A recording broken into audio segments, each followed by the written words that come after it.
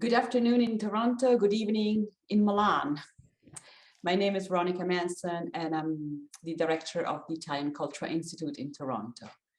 We are very proud, l'Istituto Italiano di Cultura in Toronto is very proud to present today the last of a series of lectures to tell the stories of illustrious professors and alumni of the University Politecnico di Milano, who in the 20th century stood out for their revolutionary contributions to engineering, architecture, and design worldwide. Projects and inventions that went beyond the borders of Milan and Italy and became part of the way we live, move, and experience everyday life on an international level. As part of the 2022 edition of Design Toronto, DesignTO, Canada's leading and largest annual design festivals lineup, today's lecture is focused on Italian architect, industrial furniture designer and artist Gio Ponti. Gio Ponti was the emblem of Italy, rising from the ashes of the war, Second World War, regaining a first-rank position in post-war international architecture and design. Ponti began working at a very young age as the director of the renowned Genori porcelain factory. From that point on, he never stopped exercising his incredible creative abilities and inexhaustible imagination in all the fields, from the decorative arts, design, to furniture, fine art, and of course, architecture, shaping the future of Italian design and architecture for decades to come. Now, our speaker today is Fulvio Irace, Professor Emeritus of the Politecnico di Milano. He has been a visiting lecturer at the Accademia di Architettura in Mendrisio, Switzerland, at the Universidad de Navarra in Pamplona, Spain, laureate of the Bruno Zevi Award for Architectural Criticism. He has served as an editor for Domus, Abitare, and the Sunday cultural supplement of the Italian newspaper Il Sole 24 Ore. His scholarly body of work has resulted in the editorship of main exhibitions in Italy and abroad, and in the publication of many books focusing on the role of Italian architecture of the 20th and 21st centuries in an international context. So without further ado, I would like to give the floor to Professor Irace. Much, Veronica, for this very generous introduction, and thanks to all the audience which I see on the screen. It seems such an enthusiastic attendance, which I'm very much grateful to the Istituto Italiano di Cultura and to our guests. I want to express first of all my thanks to the organizer, the Istituto Italiano di Cultura, our Ministero degli Esteri, and the Politecnico di Milano, which is the institution where I've been working for so many years, to which I ideally still belong. And first of all, I'm very excited to the idea of giving you a few hints about the extraordinary talent and career of Gio Ponti, which has reached in this last decade maybe the apex of its international fame, with mainly two exhibitions. One was in 2018, before the pandemic, in the the Louvre Museum for Art Décorative in Paris, which was called Tout Ponti, pardon. And the other one, which I organized together with Maristella Casciato at the Maxxi Museum in Rome, which was entitled Gio Ponti, Amare, l'Architectura, after the title of his famous book, Amate l'Architectura, Love Architecture. So let's start with the first slide. Yes. Which, as you may recognize, it's an interpretation given by Italian graphic designer Italo Lupi as a poster for the Paris exhibition, which was called All Ponti, Tout Ponti. So Italo imagined the head of Ponti, the volcanic head of Ponti, as a sort of creative hub for all kind of manifestation, going, as we used to say in Italy since the 50s, from the spoon to the city. So you can recognize some design objects, a spoon, literally, and of course the famous super leggera, super light chair, the magazine Domus, some plates from the Richard Genori production, and of course is maybe his most famous architecture contribution, the Montreal Tower. But I want to start my story here from Canada, and with a project which dates back to the 60s, which is called the Montreal Towers, that you can see on the screen right now. It was unfortunately an unrealized project, which dates back Ponti on the sheen of Montreal on November the 18th, 1960. At that age, Ponti was 69, nearly 70 years old, which is a reasonable age for an architect to retire. Maybe in some cases it was at that time, but he was very active in his studio, in his office in Milano, which was located inside an hangar.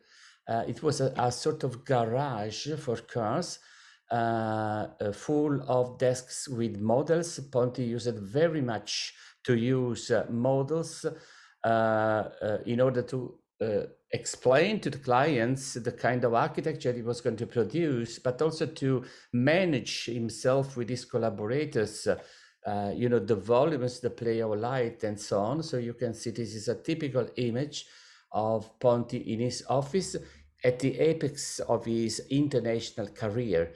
Ponti at that moment was building, well, he had built already some masterpieces in Latin America, in Caracas, Venezuela. He had projects going on in Brazil, São Paulo de Brazil. He was working in Baghdad for the Board of Ministers in Baghdad, which was actually realized. And of course, Ponti was launched in the national scale with the translation in those years of his book Amate l'Architettura, which was launched in the American edition with the title In Praise of Architecture, with these famous statements where he says, "I love architecture, ancient or modern. I love it for its fantastic, adventurous creations, for its inventions, for its abstract, elusive, figurative forms that enchant our spirits and capture our thoughts. I love architecture, sustenance and support of our lives." And of course, the architecture was really the support and the enchantment of his own life.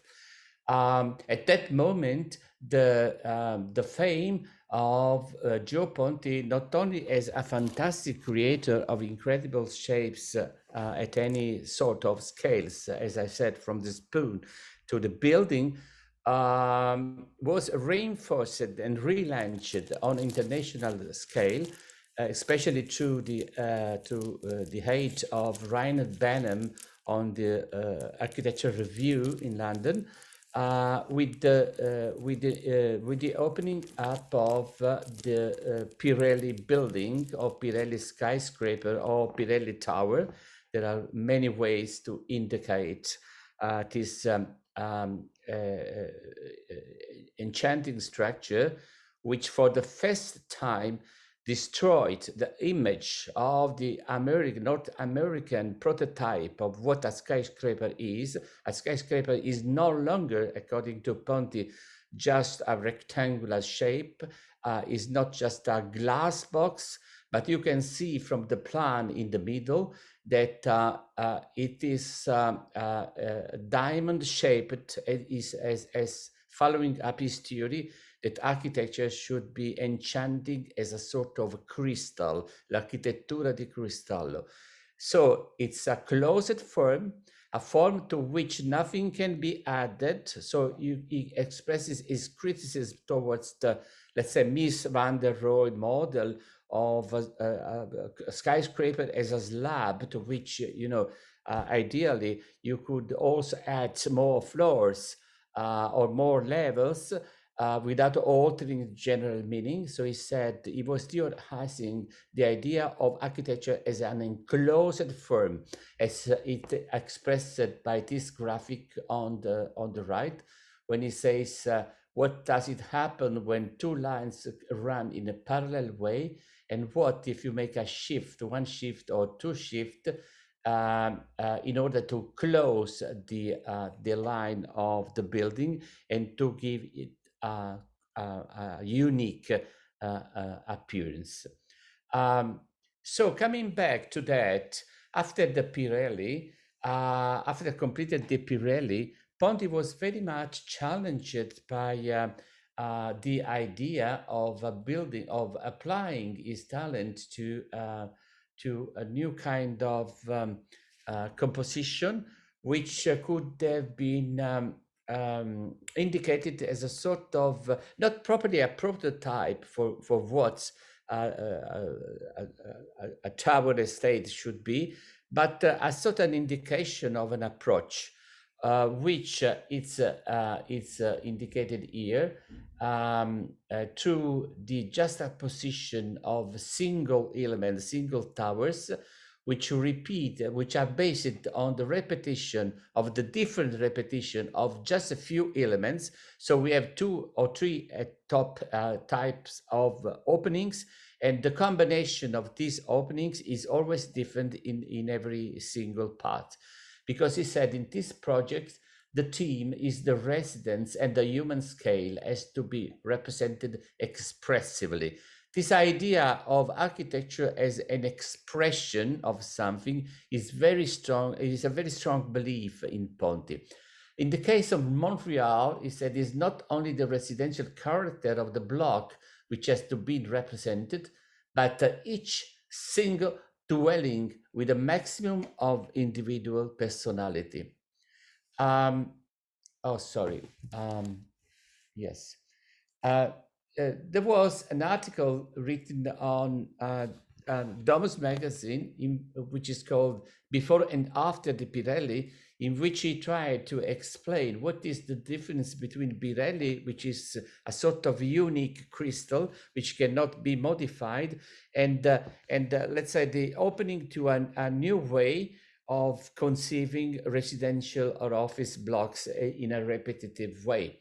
And he said, if in the Birelli, the dimension to be represented is the single one of the business organization, in these blocks of flats, the dimension here again is the scale of the single flat in itself, which is rather, it's rather interesting, this idea of avoiding the monotony, which was the most dangerous risk of the international style as spread all over the world in the same way, in the same forms. And let's say the claim of the right of any single family, of a single man, to be represented by the architecture and by the architects in its right scale. So at this point, we have all the elements to understand or to ask the question, at the end, who was Ponti? This incredible man that at the age of 70 was not concluding his career, but rather opening up to some further developments which he could not even foresee himself in a complete way. I found in the archives of the archives of the Gio Ponti archives in Milano, I find some files, especially one was very moving. It was a sort of, let's say, private public diary, maybe to be published, but it was never, called Fragments from an Autobiography, which was dictated by Ponti to his secretary in 1977. So in 1977, Ponti will die in 1979.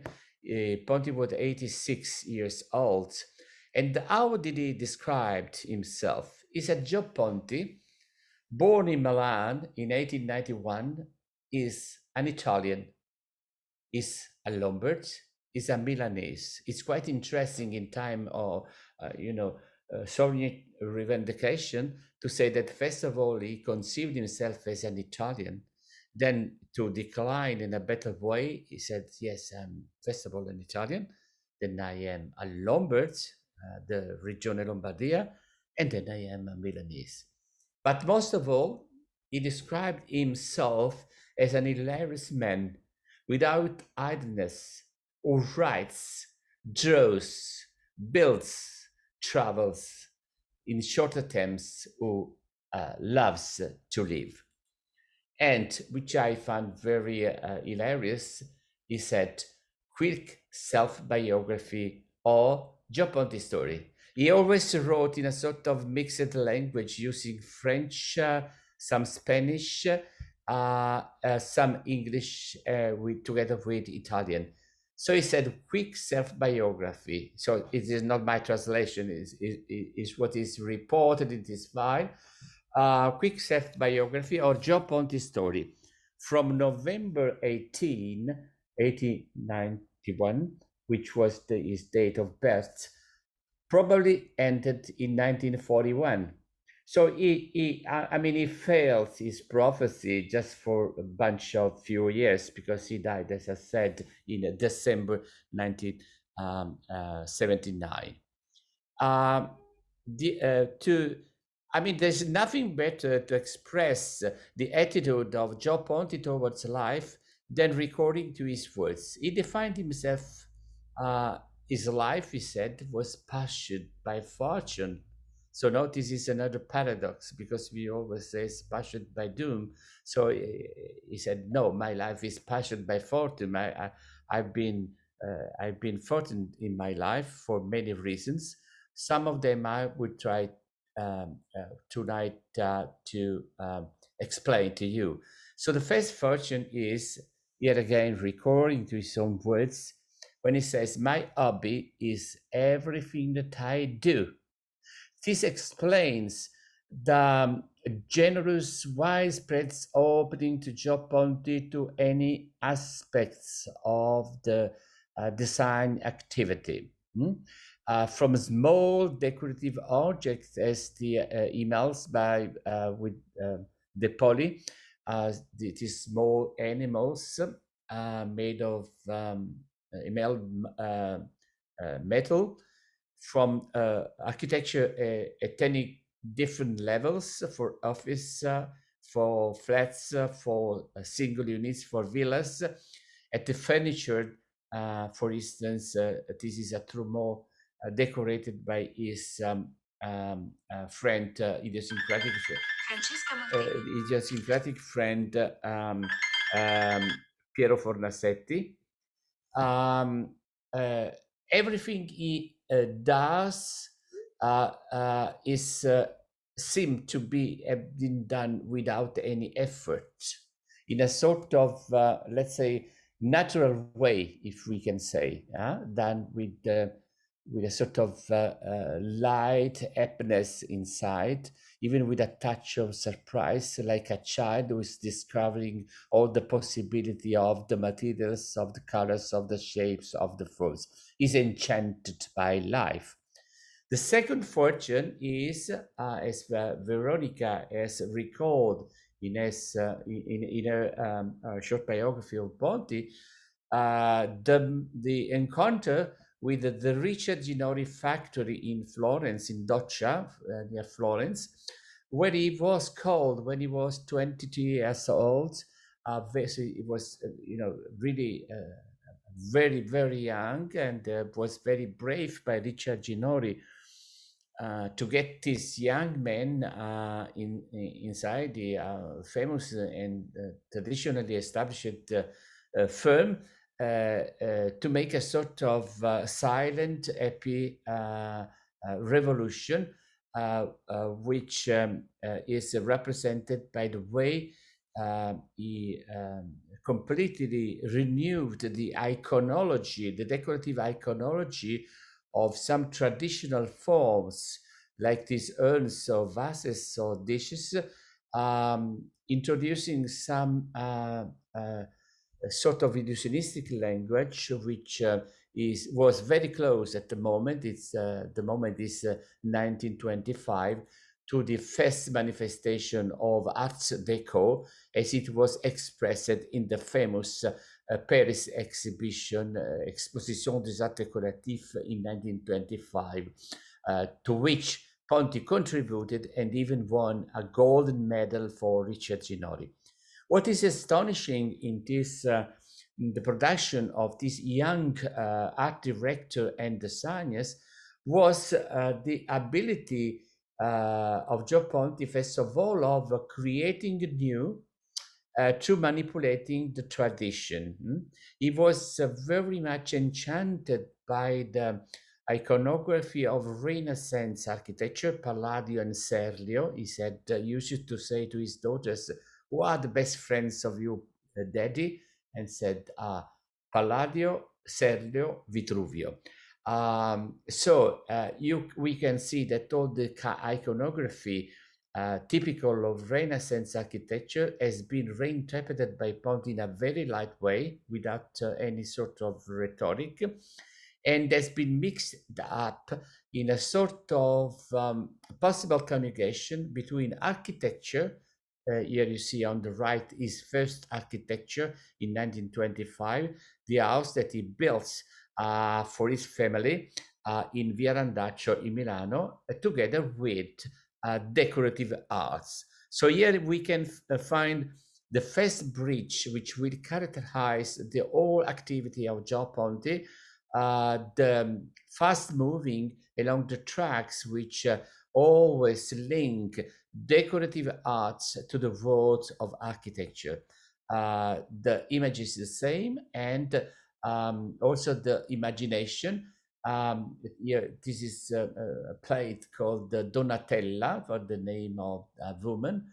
All these plates depicts women, very deco, charmish ladies, nude ladies or half nude ladies, who are sitting on a sofa made of clouds, and the clouds are hanging over the skyline of a traditional Italian city.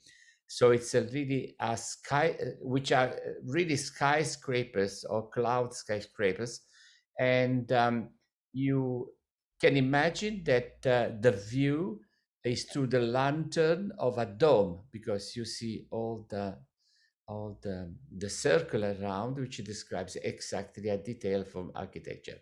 So in Gio Ponti, the imagination of transferring the idea of women inside architecture, decorative arts, and the idea of the home was very strong.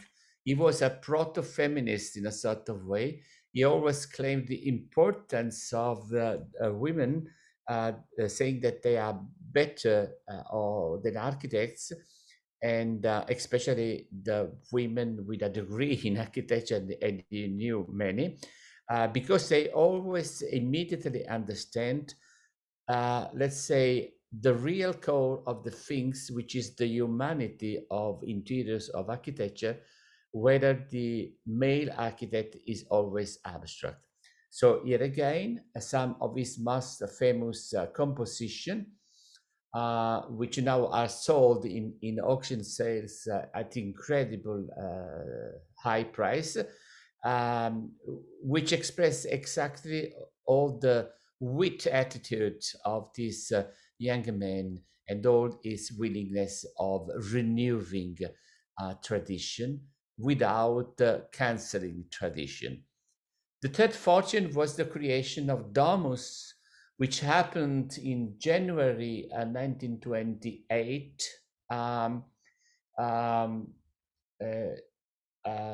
Yes, I'm sure that you all know that Domus in Latin means house, the casa. And in fact, the subtitle of Domus is L'arte nella casa, the art in the house. So Domus, in Ponti's intention, was not meant to be an organ for the, for a very restricted panel of architect readers, but it wanted to involve maybe also in a sort of naive approach, if you wish, but I think this makes it more precious. Though all families.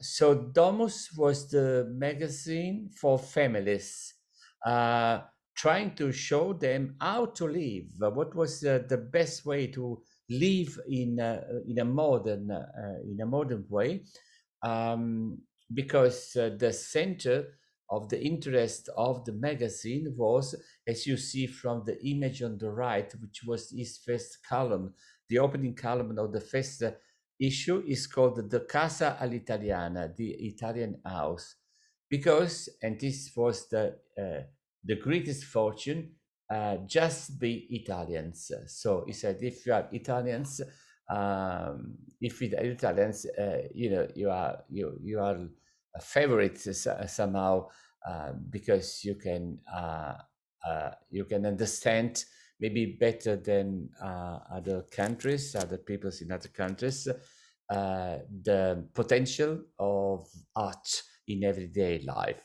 And in fact, a book that came out in 1933, which was the epics of rational architecture in Italy and also in the rest of Europe, of course, was called La Casa all'Italiana, in which he tried to explain his idea of how, for instance, the typology of the terraced house, the German way called the Siedlungen, which was very popular among Italian architects, could be translated in these three buildings, which are one close to the other, painted in three different colors, which represent the Italian flag. Now the colors have been changed by, originally they were exactly a pale green, white, and a pale red. So the Casa d'Italiana, he said, is not the cave, or is not la macchina habiter by his beloved Le Corbusier, but he said that the Casa d'Italiana, it's a kind of house which prolongates the concept of inside, of interior, till to the outside, through the use of balconies, of terraces, of any sorts of openings, because he said, and this was really an important prophecy. He said,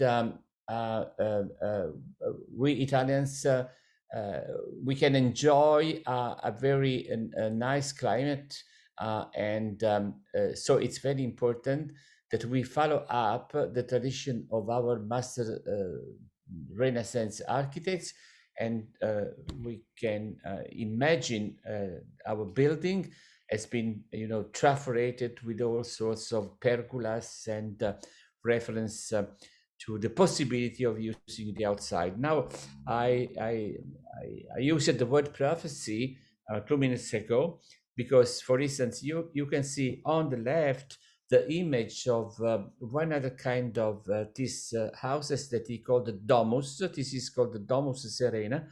So always the name of the Domus is linked to the name of a woman, where he created this sort of superimposed terraces with the possibility of putting inside each one of these frames some greenery, which was sort of embedded in the structure. Now, this image on the right was shot this last summer. The facade is impossible to recognize because it has been completely recovered by greenery all over. So it is a prefiguration of what now it's called in a general way the green architecture. But I think that in the home like me, the Casa in Via Dezza, which was a residential building in which Ponti had a flat at the fourth floor in an area of Milano called Sempione. This house, especially the interior of this house, expresses in the most clear way, even in a sort of didactic way, what was his idea of modernity, and how this idea could have been transferred into the design of the modern house. So you can see this is an original plan by Gio Ponti, in which you can see in the middle the rooms or the spaces, because there are not properly rooms. You can see that there are some walls which define some spaces, but you see no proper doors because the doors are substituted by these folding elements here that you can see on the image on the right. So when you receive people, you can open all the spaces of your house, and so there is no a proper dining room, a proper living room, a proper sleeping room, but everything can be connected together. Everything can be connected to the outside with this terrace or long balcony, which you call the serra, sort of palm house. And when you get inside the space, what you perceive is the feeling of a very strong empathic unity. Here you see Gio Ponti sitting on one of his famous armchair, while his wife Giulia Vimercati is sitting in a very composite way on the Superleggera. Please note also the surprise of this beautiful floor tiles in stripes, yellow and white, designed by one of his most precious friends and one of our most famous artists,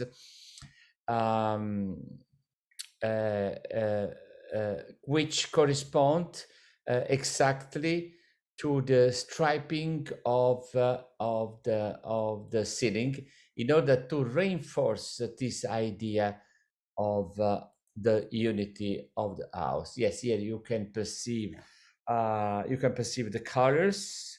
You can see that everything has been furnished upon this way with prototypes or production by Cassina, mostly by Cassina. Pictures hanging on the wall. For instance, you can see Campigli pictures on the wall. The house is full of objects of arts, because, as he said, art has always to be present in our house. And when he meant art must be presented, he didn't mean that you have to be a professional collectionist, but he said you can also, have drawings by your friends, some souvenirs or affection objects bought on the market. And I mean, everything that gives you pleasures in life should be represented, should be given space in your house. For instance, this was the master bedroom. So you can see there is no door. The bed is dominated by this beautiful portrait of the Famiglia Ponti, of the Ponti's family, painted by Campigli. And the cover of the bed is called the Estate Mediterranea, was chosen by Ponti. Of course, also the bed was designed by Ponti himself. He didn't love furniture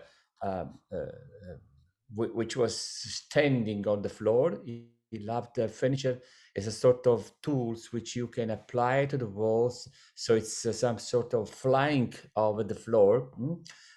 This idea of lightness, we will see in a very brief, it's one of the most insistent issues raised by Gio Ponti. And finally, we have another vision of the living area, which shows exactly the sort of close relation between the inside of the private space with the vision of the city. As you may have noticed, the life and words of Ponti are full of paradox. The one that I love in a particular way is that this one of his most famous work in those years. The official opening was in 1957. Was the Villa Planchart for the Planchart family that he built on the top of a hill in Caracas, which was immediately nicknamed the Florentine Villa. So now you can imagine that the Italian house, the prototype of Italian house, was built for the first time in Caracas.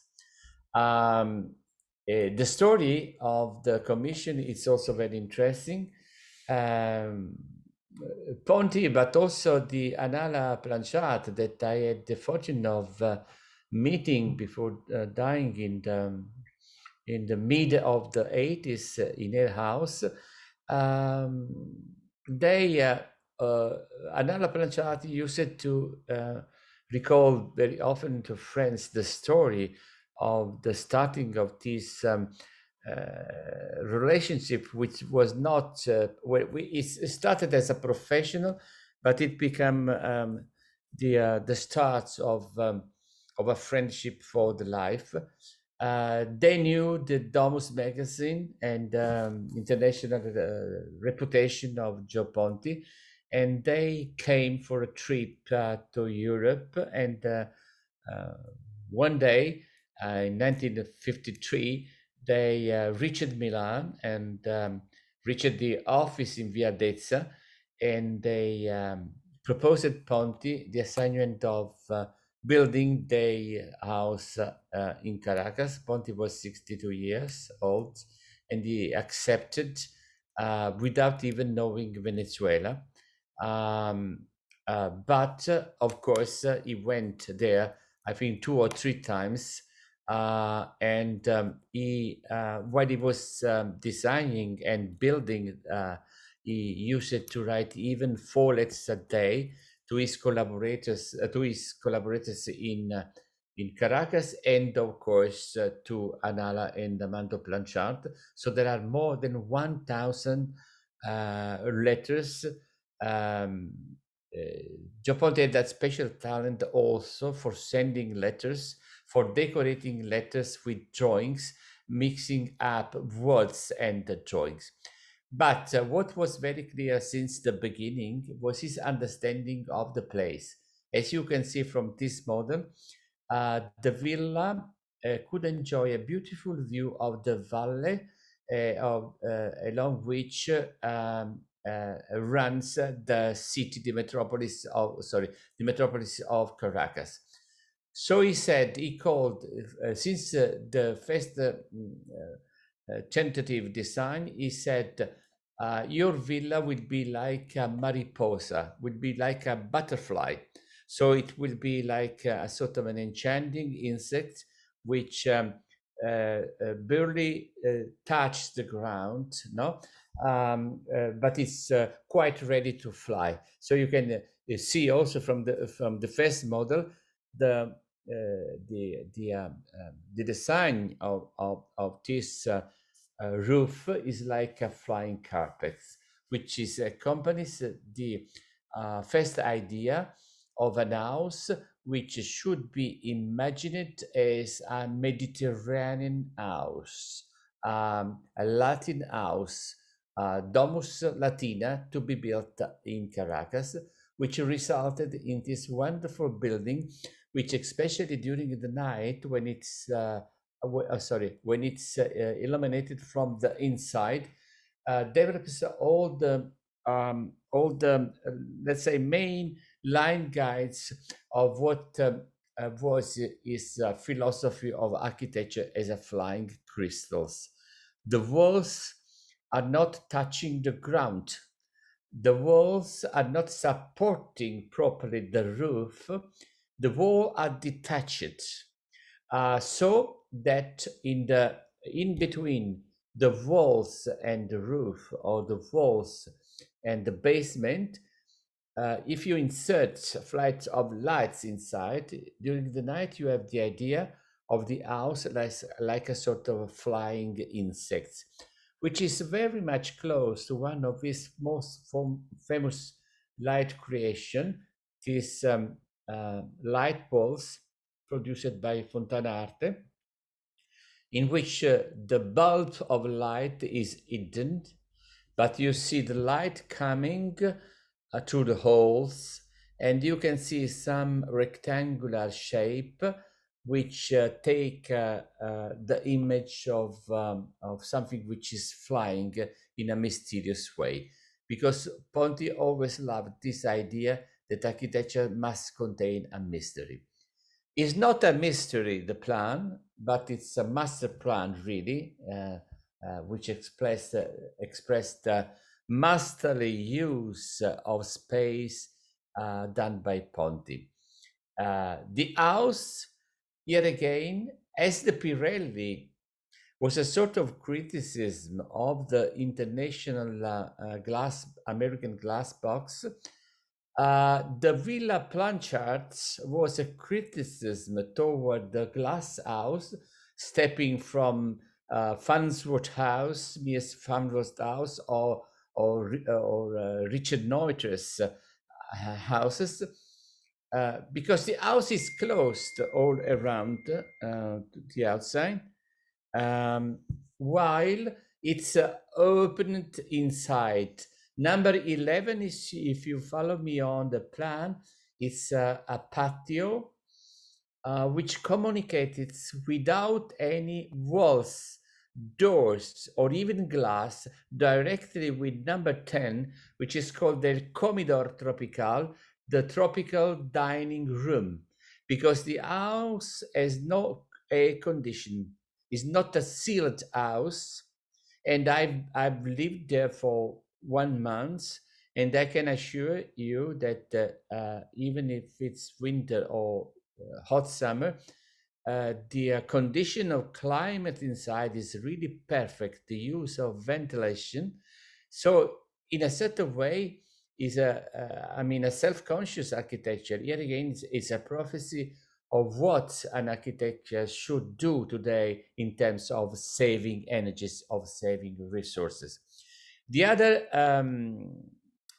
element I would like to draw your attention up to is, if you notice on the plan, you can see that there are some eyes with lines departing from those eyes, and which is Ponti way to say and to communicate to his client that although the house is like a crystal which is closed outside, it is fragmented and completely opened inside. So from one point of view, from the number 10 Comedor Tropical, if you turn your eyes on the left, you can reach the length of the office of the studio or the entrance or the vision of the outside. So it's a sort of free plan, plan libre, as theorized by Le Corbusier, but animated and figurated by Ponti in a very idiosyncratic way. There is no, I mean, all the walls or the fragments of the walls, as you can see, are broken. There is no direct line. So everything follows a sort of human scale. When you enter the main entrance on the left, you can see the presence of important works of art, which were parts of the collection of the family.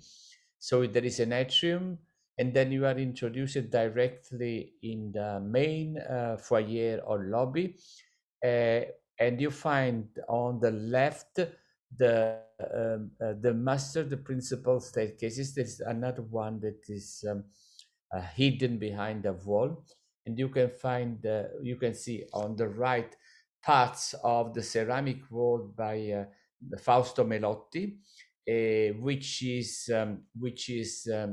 decorates, here you can see on the right, like a Renaissance grotto, the inside patio of the house. So you can see the living room on the left, and on the right you can see that while you're standing in the center of the living room, you can have a double vision. From one side you can see the valley, the mountains, and from the other side, the internal side, you see the patio, the grotto-like patio.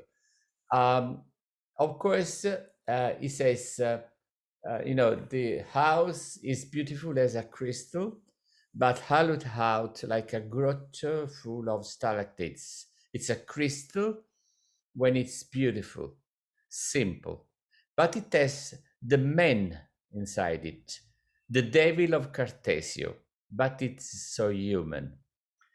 The fantasy of Ponti, as we will see, is full of angels and devils. Another main issue raised up by the design of the villa is the use of color. He said, I was a prophet saying that everything must be colored. So you can see the use of decoration and the colors. So here again, there is no distinction between his activity as a craftsman or an industrial designer or an artist and an architect, but these are all aspects, details, parts of the main attitude. And here, in these two details, I want to show you another main feature of the house, which is the use of natural elements, in this case, marble, to express two concepts. One, the fantasy, avoid monotony. You can imagine a marble floor as a carpet, with this beloved iconography of the diamond, which is made in this case with 4 different triangles. And the other concept is that each one of these pieces of marble of different veins and different colors comes from a particular region of Italy. Because the house, the Planciate Villa, was the expression of the Casa l'Italiana, of the made in Italy. So everything that Ponti was doing since then was exactly the idea of making every piece of his architecture, especially abroad, as a manifesto of Italian culture, of Italian arts, of Italian spirit. Also in the detailing, on the witty detailing, for instance, you can see the double A. It's the initials of Anala and Armando, represented as also the sun and the moon. And these are some moving shutters of windows from the bedroom, which can be closed, be part of the wall, or can be opened. So there is always this element of a surprise. And of course, there is the element of the nature, which is very, very strong always in Ponti. So the villa becomes a sort of an observatory deck to which you can see the Mountain Avila and the beautiful and generous tropical Eden, tropical paradise, which he admired so much. So Ponti was in those years expressing the prophecy of lightness. In very simple, oh, sorry, it's an effect of the virus. So in very simple words, he said, let's consider the history of humanity. No, we had the age of bronze, the age of iron, the age of stone. So he says architecture began with stones, then stones ended up as a cement. Stones will disappear completely from architecture. I was surprised few years ago when I was reconsidering these words of Ponti by the singular coincidence of the praise of lightness made by Italo Calvino in his famous 6 memos for the next millennium, which were date back to the mid of the 80s. So Ponti had already done since more than 15 years. When Calvino he starts his lecture saying, I will devote my first lecture to the opposition between lightness and weight. And most of all, I would suggest, I will uphold the values of lightness. Because lightness has always been misunderstood as a sort of superficiality. We say he's a deep man when you are obscure, a deep philosophy, for instance, if you use obscure words. What you say of another person is a light man or a light woman, to say he has no deep values, it's something superficial. Now, Calvino is completely revolving this position, and he said, I will uphold the values of lightness. And he wants to express why he has come to consider lightness a value rather than a defect. And he said, at a certain moment, I felt that the entire world was turning into stone. When you are petrified by your life, when you think that everything is finished, that's closed, there is no mystery in the things, a slow petrification, depending on people and places, but one that spared no aspect of life. It was as no one could escape the inexorable state of the Medusa. Now you know the legend of the Medusa. Medusa has the power of petrifying everyone who dares to look in the eyes.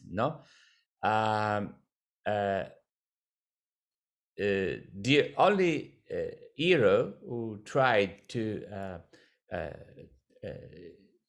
combat, to win the terrible glance of Medusa was Perseo, which was given by the god the gift of wings, as you can see in this representation by Cellini. So he has wings everywhere in the body, so he can fly.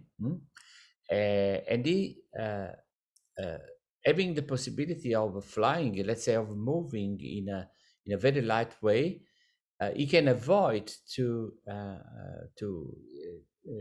look Medusa directly in her eyes, and so he can get hold of it.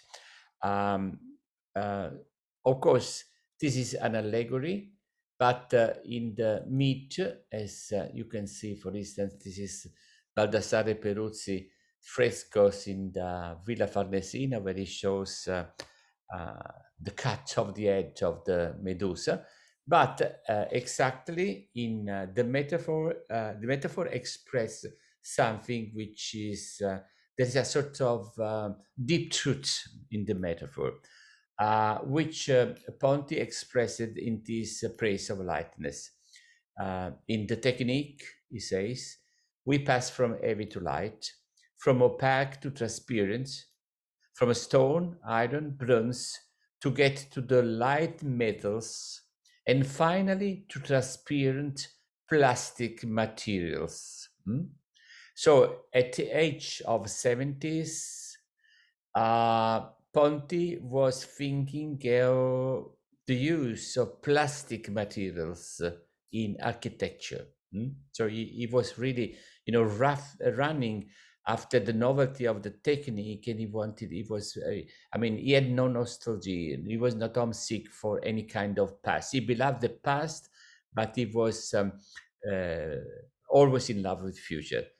And this light architecture, it will result in a light, transparent, simple style connected to simplified social customs. So the lightness is an expression of simplified, which means informal, anti-rhetorical social behaviors, as, for instance, expressed by one of his most famous and evergreen piece, the super leggera, the super light chair, which can be holded just with one finger, even by a boy.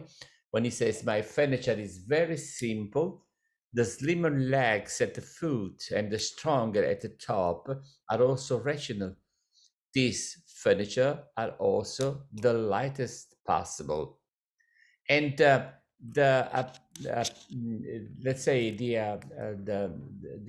appearance of the lightness in architecture appeared for the first time in the most explicit way in the building that he did for the Istituto Italiano di Cultura in Stockholm, are really a masterpiece, completely intact with all pieces of furniture. So sign it in your agenda when you will be able of escaping of any lockdown and maybe to travel. It's a beautiful location to see. Done also in those years, which inaugurated the idea of Gio Ponti that the wall is not more supportive. And he said, having projected the Stockholm Institute is the most beautiful episode of my life. In the Stockholm building, Ponti wants to explain that architecture is no matter of volumes, but of surfaces. Volumes are heavy, hard to manipulate. Surfaces are light. And we can do that because the concrete frame avoids the recurrence of heavy masonry, supporting masonry. So everything can be light, everything can be reduced to a sort of light covering of the structures. And so he said, today the wall is no longer an actual wall, is no longer a solid, is no longer something full, it's just a surface. And in these surfaces, it's very important the play of the windows or the opening, which gives expression. And the expression also was given in the beautiful auditorium by the structural frame invented by Pierluigi Nervi at the same time in which Pierluigi Nervi was working with Ponti for the auditorium in the Birelli building, which appears as a sort of suspended lighted net above the audience, with no appearance of any sort of lightness. These are some of the interiors as can be seen today with all the furniture designed by Ponti. So as you may have understood, Ponti was obsessed by this idea of lightness. And of course, he loved metaphors. And one of the best metaphors to which he was trustful for the whole of his life was the metaphor of the angel. As a religious man, he also believed in angels as, I mean, not something physical, but he also said that he was dreaming often, he was dreaming angels. And he also tried to write a treatise, which was never, of course, realized, on the life of angels, because he said that the angels are the in-between life and art, God and humanity. And one of his first architecture, together with his private house in Milano, was the house that he built for his friend Tony Bouillet in Garches, near the famous Le Corbusier villa in 1926, which he proposed to nickname L'Ange Volant, the flying angel. And in fact, he designed and realized that these figures of the flying angel, which also today can be seen at the entrance on the main entrance, on the main door of the house. So the angel is flying, and in his hand he has the design, the volume of the house. But the figure of the angel, whether it's a warrior, a joyous warrior, or a cupido, or Eros, or flying, playing, or an angel, or an angel of sword, can be retraced all along Gio Ponti careers. These are some examples of his manufactures for Richard Genori, and here you see another, the announcing angel, the angel that is telling Maria that she will become the mother of God, which is adorning one windows, hexagonal windows, diamond-shaped windows of the facade of the San Carlo Chapel in Milano. But I think that to completely understand our work at the, let's say, Ponti imagination, in 1967, writing a letter to his close friend Charles and Ray Eames, he said, I want to make an homage to the city of Los Angeles where you live. But what does it mean, Los Angeles? It's the city of angels.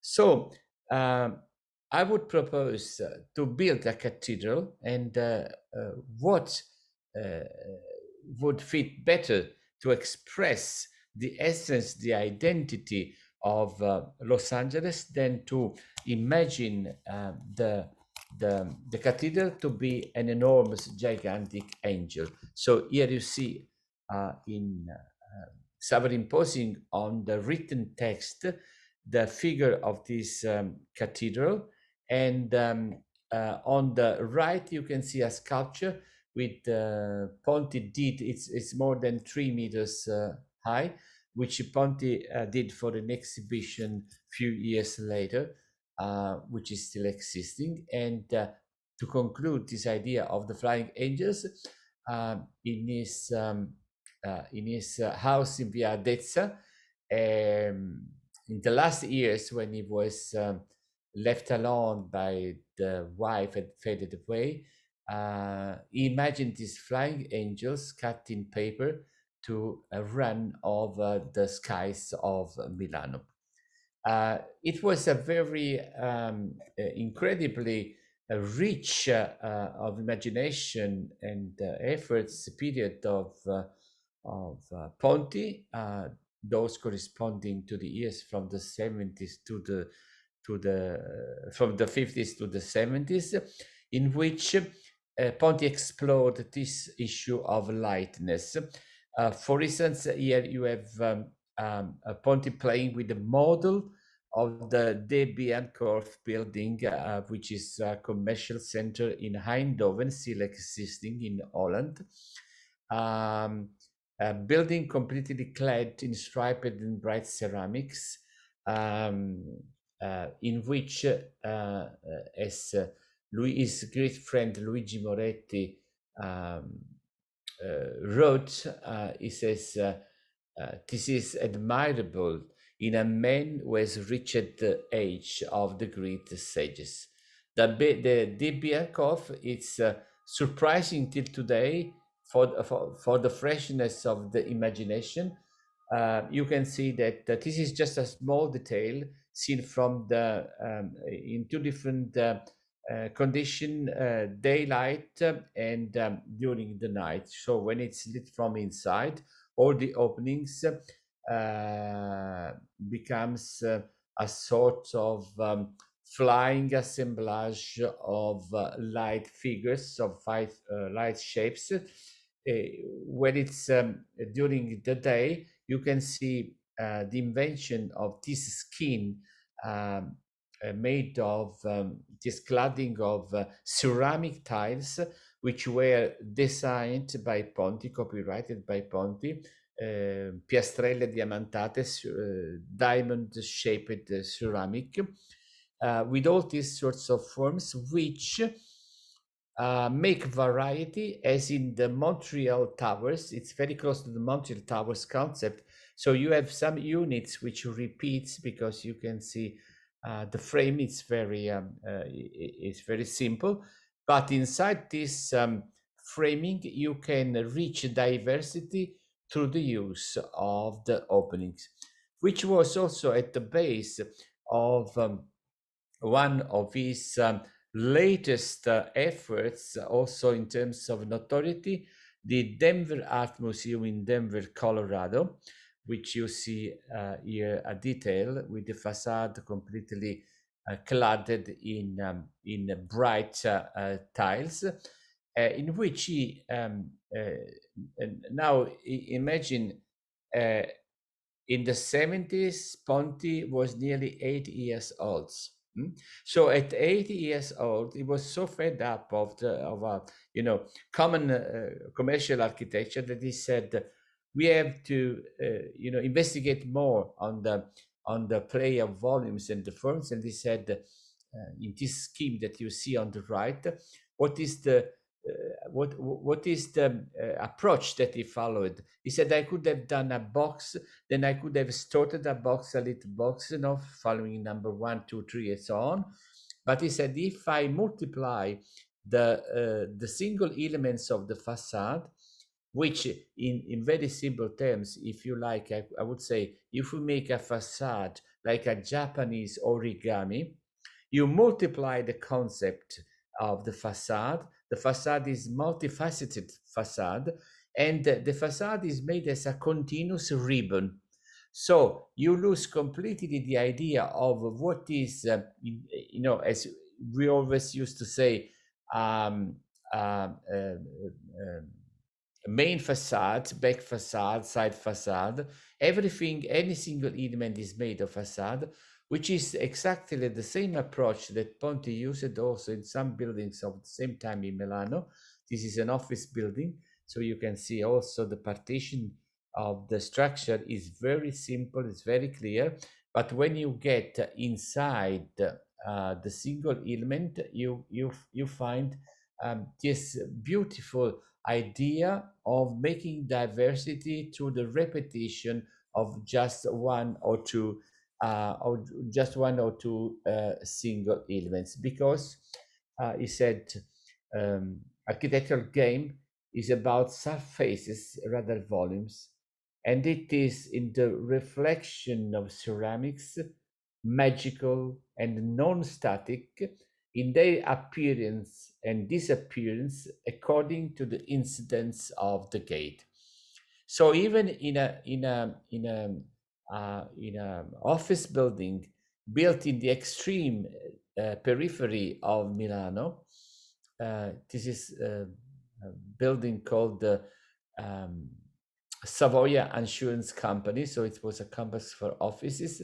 You can see on the right, for the architects who are part of our audience, I would like to really stress, underline the importance and the beauty of this plan, which is really unconventional. So it's not any sort of rectangular shaped form, but it's just like a ribbon, a continuous ribbon, which multiplies the concept of the small facade and allows to manage the rest of the site as a part of a park which surrounds all the building for the comfort of the people who's living there. So these are some details showing that just using only 2 types of openings, Ponti can get this incredible variety. I will conclude my lecture, hoping not to be too boring, with this last project, which concludes Ponti's professional and human career, inaugurated between 1971 and 1972. So Ponti was really very old. You can see here on the building site of the city of Taranto in Puglia, in South Italy, where he was charged by the Archbishop to build the second cathedral. It's called the Concattedrale because in Taranto there is an old Romanic cathedral, but the Archbishop understood that with the expansion of the city, with an incredible amount of new housing, of new quarters, Taranto needed another religious core. So he wanted to build another cathedral, a modern cathedral, and Ponti was chosen for this job. And the job was a really wonderful one. He said, I thought 2 facades, a minor facade climbing a sort of ladder, no, with the doors to enter properly the church. The other by a cathedral submerged in the A, with 80 open windows on the immense, that is the dimension of mystery, perennial presence of God. As I told you, Ponti was very Catholic, but his adherence to Catholicism was not based on the rituals of the Missa or the prayers, but it was an active adherence to the principle of a saint he loved very much, Santa Maria Teresa Cabrini, the Maria Teresa di Calcutta, Santa Teresa di Calcutta of Brooklyn, which was a Lombard woman transferred in New York to give help to the immigrants. And so Ponti believed that you have to prove to be religious by doing things, by doing architecture as a gift to people, to understand the world, to stay better in the world. So at the end of his life, he finally had the opportunity of building what he had dreamt 10 years before with the projects for the Los Angeles Cathedral. I always, when I see this image of this sort of false facade, which is like a Spanish retablo on an urban scale, a magnificent landmark, which has been very useful also to characterize this new part of the city. I always imagine that Ponti want to build these hollows, these false windows, these openings, as a sort of nests for angels while they are flying across the skies of Taranto, and everything is praying, everything is claiming for the mystery of architecture, the mysterious appeal of architecture, which doubles its image, reflecting on the pond, which was the let's say the dream and the ambition that after time we can say was the real fil rouge which ran across all Gio Ponti incredible activity during almost 3/4 of the century. Thank you very much. Thank you, Professor Irace. This was very insightful, very informative, and it really confirms that Gio Ponti has left a legacy. His legacy is one of extreme elegance, refinement, and really has a strong impact on, as you said, Italian design made in Italy and the Casa Italiana, or the way we think of our homes. And I know we are a little bit over time. And sorry about that. No, it's okay. But it was really. When I start talking about Gio Ponti, I always lose measure of time. So sorry about that, Lily. Right. Yes. And no, I do thank you very, very much for covering such, basically all his biography and all his work, and which is a work of art and architecture. And really what strikes me every time I approach Gio Ponti is that he left this incredible legacy in architecture, but also really in design and home furnishing. And as you said, I think you really captured his spirit when you said that he was also playing and designing with colors and Yes. with very elegant materials, ceramics and glass. Well, plastic, now people would be a little bit less enthusiastic about plastic, but it was very innovative, and I understand it was very light and transparent, as you said. There is a question that comes from Lawrence Franklin, and I will read it to you. It says, Gio Ponti had the misfortune of living through 2 great wars in Europe. Could you tell us about his life and work during those periods? Yes, of course I can.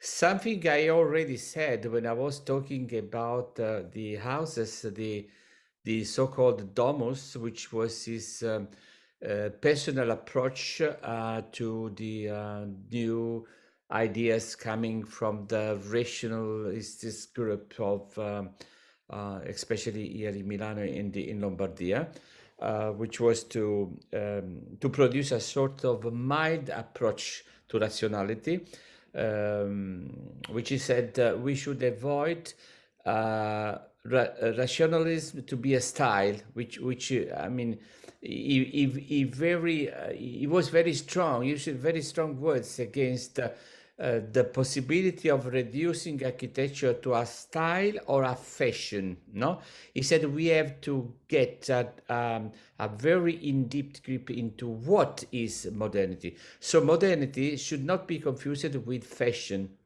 but modernity is connected with an authentic and rhetoric way of living and managing the reality. So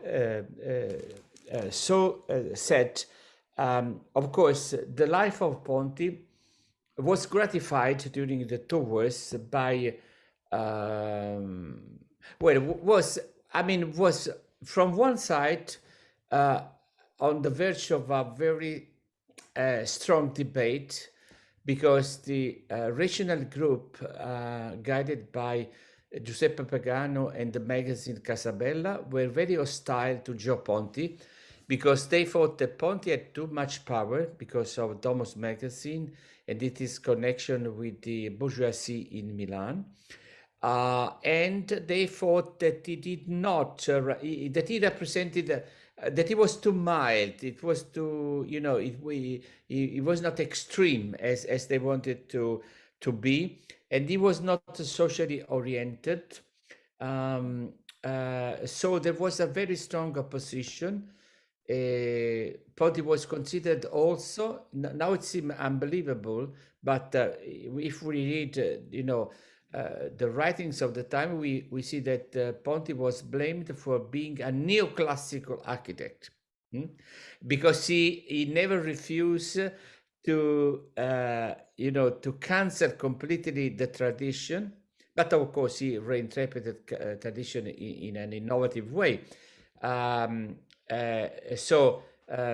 He never wanted to adhere completely to what was considered in those times a rationalistic style.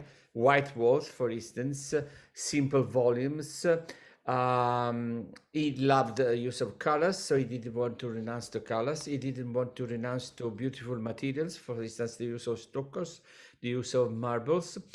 He didn't want to give up to the resource of fantasy. So in fact, he said, he loved very much, he admired and loved very much Le Corbusier, but he said, my idea of the Italian house is not la machina habitaire, no? Is not a mechanical interpretation of the house. And so this was the opposition. But from the other side, Ponti was very much cherished by a particular strata of the Milanese medium-high bourgeoisie, who committed in villas, in resort houses near the lake, on the mountains, at the sea, apartments to be refurbished completely in Milano, but also by the great industrialists. Because this is another paradox. So Pagano said, used to say, yes, Ponti is a neoclassical architect, and Ponti in 1936, I'm sorry, but I could not, put in my slide everything because it was simply too much, but he built the most industrialized office building, not only in Milano, but in Italy, which was the Montecatini building, which is a wonderful building, completely clad in marble, which is not because of classicity, but because Montecatini was producing two things. Was extracting marbles. They had their own caves. So the marble was the logo of the Montecatini itself. And they were strongest producers of aluminium with an Italian copyright. So it's completely clad in marble, and all the windows are, all the mullions, all the fixtures of the windows are in aluminium. No, the building has pneumatic posts inside, air conditioning, garage underground. There is, all the modernity is transferred as a sort of hardcore inside the building. So it's quite unbelievable. How can he be a neoclassical architect and at the same time to build a most praised building? Because also Pagano had to admit that the Montecatini was a masterpiece. He said it's so perfect, it's as perfect as a clock. No, everything works. So Ponti, he always lived till to the 80s. Ponti was completely misunderstood. Ponti was out of the agenda of the historians. I was very young when I wrote my first book called Gio Ponti, La Casa all'Italiana. It was, I think, 87, 86. And I think I received great disapproval by my master teachers at university. They said, why do you waste your talent or your possible talent, giving time to an architect who is not important at all, no? There was not even a complete memory of what Ponti was, of what had produced. It's incredible.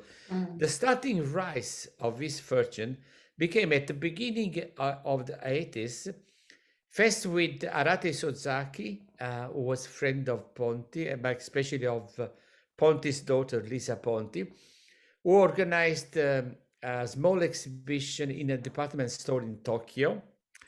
Then there was the book written by Lisa Ponti, then my book. And then, from the mid of the 80s, step by step, we assist to the rising fortune of Gio Ponti. Now, today, when Ponti has become a sort of logo, a sort of brand, for me, it's even too much. No, I consider myself more like a scholar. So I'm always astonished when I see that an armchair by Gio Ponti goes at the auction and gets, you know, $1,000. So it's a really amazing, okay, unbelievable. Professor, we have one last question. Yes, sorry. And it's from Derek Knight. And he says, excellent presentation. In terms of Ponti, I think you basically already answered this question by talking about the Montecatini building.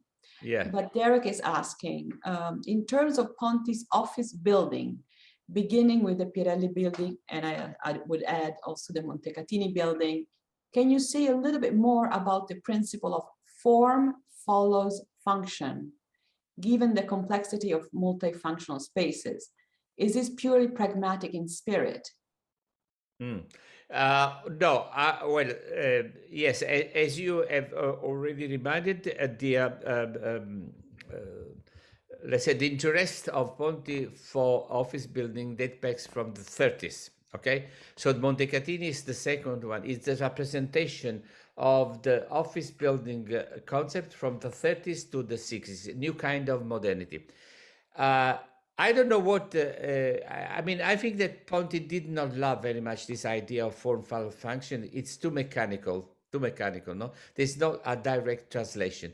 What I can say, what is true, what is documented is that Ponti studied the Birelli building from the plan. The unit, the basic unit from which he got all the measures for sizing the building was connected to the space necessary for a clerkman to work at his own desk office.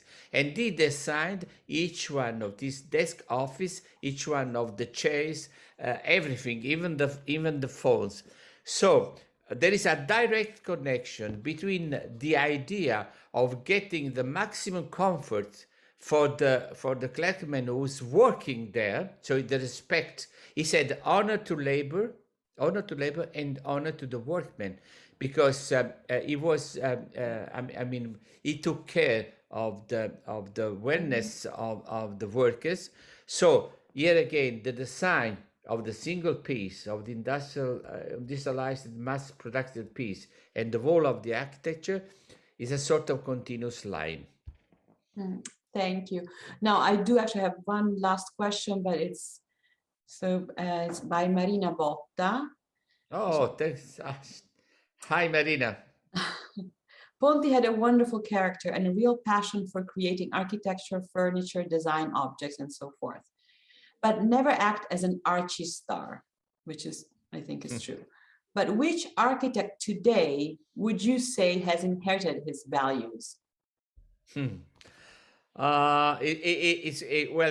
It's quite hard to say. 2 years ago, I would have said that Alessandro Mendini could have been indicated as an heir, but unfortunately he's faded away in his own way. Mendini adored Ponti. He received the editorship of Domus from the ends of Ponti when he was before he died, and it's very generous, let's say, glance and approach to all kind of different scales of designing. Reflects very much this idea of creativity. Also the love for decoration and for colors. But apart from Mendini, I would say that the model Ponti is completely over, because as you used these awful terms of archistar, now architecture has completely changed. We have to talk about architecture in a different way. No comparison is made possible, because otherwise we just have to get nostalgic, and I think that we have to be fresh in challenging the future. So I do not see any more young Gio Ponti around, Marina. Thank you so much. Thank you for following us, both from Canada. Actually, we had also attendees from a little bit all over the world, and of course from Italy. Thank you, Professor Irace. This was very, very insightful, very, very interesting. I would like to thank also the Politecnico di Milano for this three lecture series. And of course, the Toronto Design Festival that has hosted also this program. Thank you very much. And on behalf of the Istituto Italiano di Cultura, buona serata. And have a nice day to everyone. Thank you. Thank you.